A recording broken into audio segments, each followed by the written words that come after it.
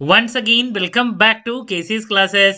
KC's Classesന്റെ മറ്റൊരു എപ്പിസോഡിലേക്ക് എല്ലാവർക്കും സ്വാഗതം. This is Kiran CS.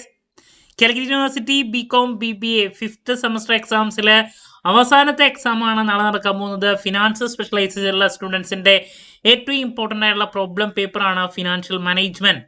ഈ ഒരു പേപ്പറിന്റെ ഇമ്പോർട്ടൻറ്റ് ക്വസ്റ്റ്യൻസിന്റെ വീഡിയോ നമ്മൾ ഓൾറെഡി അപ്ലോഡ് ചെയ്ത് കഴിഞ്ഞിട്ടുള്ളതാണ്. കാണാത്തവരുണ്ടെങ്കിൽ കാണാം. സ്മാർട്ട് സ്റ്റഡിക്ക് വളരെ ഹെൽപ്ഫുൾ ആയിരിക്കും. ഇന്നത്തെ വീഡിയോയിൽ ഉറപ്പായും പ്രതീക്ഷിക്കുന്ന പാർട്ട് സിയിലുള്ള SI ചോദ്യങ്ങളാണ് നമ്മൾ ഇൻക്ലൂഡ് ചെയ്തിട്ടുള്ളത്. വീഡിയോയിലോട്ട് പോണേക്കാളും ഇപ്പോൾ പറയാനുള്ളത് നമ്മുടെ സ്ഥാപനം കാലിക്കറ്റ് യൂണിവേഴ്സിറ്റി ബികോം BBA എല്ലാ സെമസ്റ്ററിലെയും ക്ലാസ്സസ് പ്രൊവൈഡ് ചെയ്യുന്നുണ്ട്. നമ്മുടെ ആപ്പിലൂടെയാണ് ക്ലാസ്സസ് അവൈലബിൾ ആവുക. റെക്കോർഡ് ക്ലാസ്സസ് ഉള്ളതുകൊണ്ട് തന്നെ എപ്പോൾ വേണമെങ്കിലും പഠിച്ച് ഡൗട്ട് ഉള്ളത് ചോദിക്കാനുള്ള അവസരമുണ്ടെന്നുള്ളതാണ്. ഇതുവരെയുള്ള നമ്മുടെ റിസൾട്ട്സ് ഒക്കെ സൂപ്പർ റിസൾട്ട്സ് ആണ് കേട്ടോ. സോ നമ്മുടെ ക്ലാസ്സിൽ ജോയിൻ ചെയ്ത് പഠിച്ച് നല്ല മാർക്ക് മേടിക്കാൻ താല്പര്യമുള്ള സ്റ്റുഡൻസിന് ഡിസ്ക്രിപ്ഷൻ ബോക്സിലുള്ള എൻ്റെ വാട്സപ്പ് നമ്പറിൽ കോൺടാക്ട് ചെയ്യാം, ക്ലാസ്സസ് ആക്സസ് ചെയ്യാം. ഓക്കെ, സോ നമുക്ക് എന്തെങ്കിലും വീഡിയോയിലോട്ട് കിടക്കാം. അപ്പോൾ പാർട്ട് സിയിൽ നമ്മൾ 2 പ്രോബ്ലംസും 2 തിയറി ചോദ്യങ്ങളാണ് പ്രതീക്ഷിക്കുന്നത്. അപ്പോൾ മിക്ക പേപ്പറിലും SI ആയിട്ട് കണ്ടുവരുന്നത് ആദ്യത്തെ ക്യാപിറ്റൽ ബഡ്ജറ്റിംഗ് ചാപ്റ്ററിൽ NPV കാൽക്കുലേഷൻ്റെ പ്രോബ്ലം പലപ്പോഴും റിപ്പീറ്റ് ആണ്. നിർബന്ധമായും പഠിച്ചിരിക്കണം. NPV അതുപോലെ തന്നെ പ്രോഫിറ്റബിലിറ്റി ഇൻഡെക്സ്, ഇത് രണ്ടുമാണ് കൂടുതലായിട്ട് കണ്ടുവരുന്നത്. അതിൻ്റെ കൂടെ നമുക്ക് IRR കുറച്ച് കോംപ്ലിക്കേറ്റഡ് ആയതുകൊണ്ട് സാധ്യത ചിലപ്പോൾ കുറവായിരിക്കും. പിന്നെ പേ ബാക്ക് പീരീഡും കൂടിയും പഠിക്കുക. പേ ബാക്ക് പീരീഡ് അത് കുറച്ച് സിമ്പിളല്ല, കുറച്ചും കൂടിയും ഡീറ്റെയിൽ ആയിട്ട് ചെയ്യാനുള്ളതായിരിക്കും. അപ്പോൾ പ്രോബ്ലത്തിൽ നമ്മൾ ഈ ടോപ്പിക്സിൽ ഏതെങ്കിലും പ്രതീക്ഷിക്കുന്നു. കൂടുതൽ എക്സ്പെക്ട് ചെയ്യുന്നത് NPV ആൻഡ് IRR ആണ്. NPV ആൻഡ് പ്രോഫിറ്റബിലിറ്റി ഇൻഡെക്സ് ആണ്. ഓക്കെ, അതാണ് ആദ്യത്തെ സജഷൻ നൽകാനുള്ള. പിന്നെ രണ്ടാമത് പ്രോബ്ലം പ്രതീക്ഷിക്കുന്നത് ഡിവിഡൻഡിൽ നിന്നാണ്. ഡിവിഡൻഡിൻ്റെ ഒരു പ്രോബ്ലം, അതിൽ നിന്ന് തിയറി ഉണ്ട്. ഇപ്പം ഡിവിഡൻഡിൽ ഇപ്പം നമുക്ക് MM ഉണ്ട്, വാട്ടേഴ്സ് ഉണ്ട്, ഗോർഡൻ ഉണ്ട്. ഏതെങ്കിലും ഒരു മോഡലായിരിക്കും ചോദിക്കാൻ സാധ്യത. വാട്ടേഴ്സ് ഉണ്ട്, അതുപോലെ തന്നെ ഗോർഡൻ ഉണ്ട്. അപ്പോൾ ആരുടെയെങ്കിലും ഒരെണ്ണത്തിൻ്റെ നമുക്ക് എക്സ്പെക്ട് ചെയ്യാം പ്രോബ്ലവും അതുപോലെ തന്നെ ഇതിൻ്റെ തിയറി മാറി മാറി വരുന്നുണ്ട്. അപ്പോൾ ഡിവിഡൻഡും നോക്കി വെച്ചോളൂ. ദെൻ പിന്നെ റിപ്പീറ്റ് ആയിട്ട് വരുന്ന പ്രോബ്ലം എന്ന് പറയുന്നത് വർക്കിംഗ് ക്യാപിറ്റൽ റിക്വയർമെൻറ്റ്സിൻ്റെ കാൽക്കുലേഷനാണ്. അതിൻ്റെ സ്റ്റേറ്റ്മെൻറ്റ് പറയുക. Statement of working capital requirements. Okay, അപ്പോൾ ഇതാണ് നമ്മൾ പ്രോബ്ലത്തിൽ കുറച്ച് വർഷങ്ങളായിട്ട് റിപ്പീറ്റ് ആയിട്ട് കണ്ടുവരുന്നത്. ഇനി ഈ തിയറി ഏരിയയിലോട്ട് പോവുകയാണെങ്കിൽ ഫസ്റ്റ് ചാപ്റ്ററിൽ നിന്ന് ഒരെണ്ണം എപ്പോഴും റിപ്പീറ്റ് ആയിട്ട് വരുന്നുണ്ട്. ഫിനാൻഷ്യൽ മാനേജ്മെന്റ് എന്താണ്, അതിൻ്റെ സ്കോപ്പ്, ഇമ്പോർട്ടൻസ്, അതുപോലെ തന്നെ ഇമ്പോർട്ടൻ്റ് എക്സിക്യൂട്ടീവ് ഫിനാൻഷ്യൽ ഡിസിഷൻസ്. മറ്റൊരെണ്ണം സെയിം ടോപ്പിക് തന്നെ, important executive financial decisions.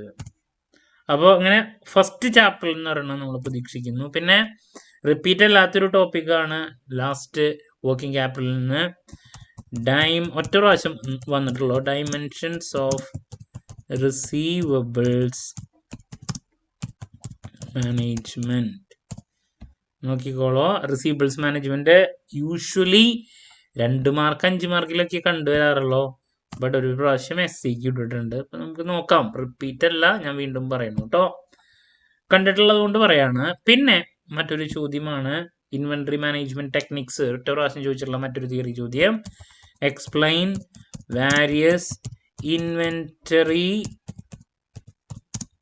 Management techniques. നോക്കിക്കോളോ, 5 മാർക്കിൻ്റെയിലേക്ക് നമുക്ക് വേണമെങ്കിൽ മാറ്റിപ്പിടിക്കാം. 2ലും എക്സ്പെക്ട് ചെയ്യാൻ സാധിക്കുന്ന ഒരു ചോദ്യമാണ്.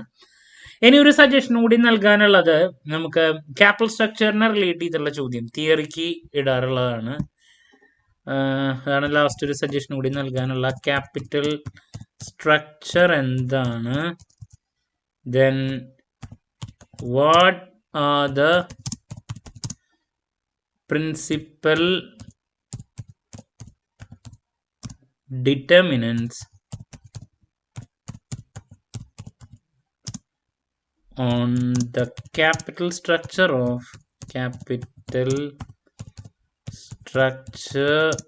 of a firm. Then explain the important theories of capital structure. Explain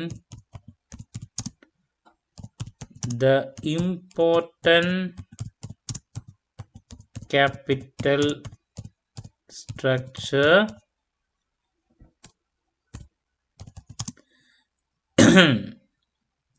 explain the important capital structure theories. Explain the important capital structure theories. അതാണ്.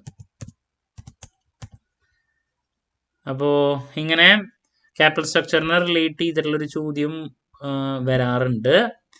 അപ്പോൾ ഏറ്റവും കൂടുതൽ റിപ്പീറ്റായിട്ട് കണ്ടുവരുന്ന ചോദ്യങ്ങൾ ഞാൻ ആദ്യം ഇട്ടിട്ടുണ്ട്. നമുക്ക് ക്യാപിറ്റൽ ബഡ്ജറ്റിംഗിൽ നിന്ന് NPV profitability index back period ചോദിക്കാം.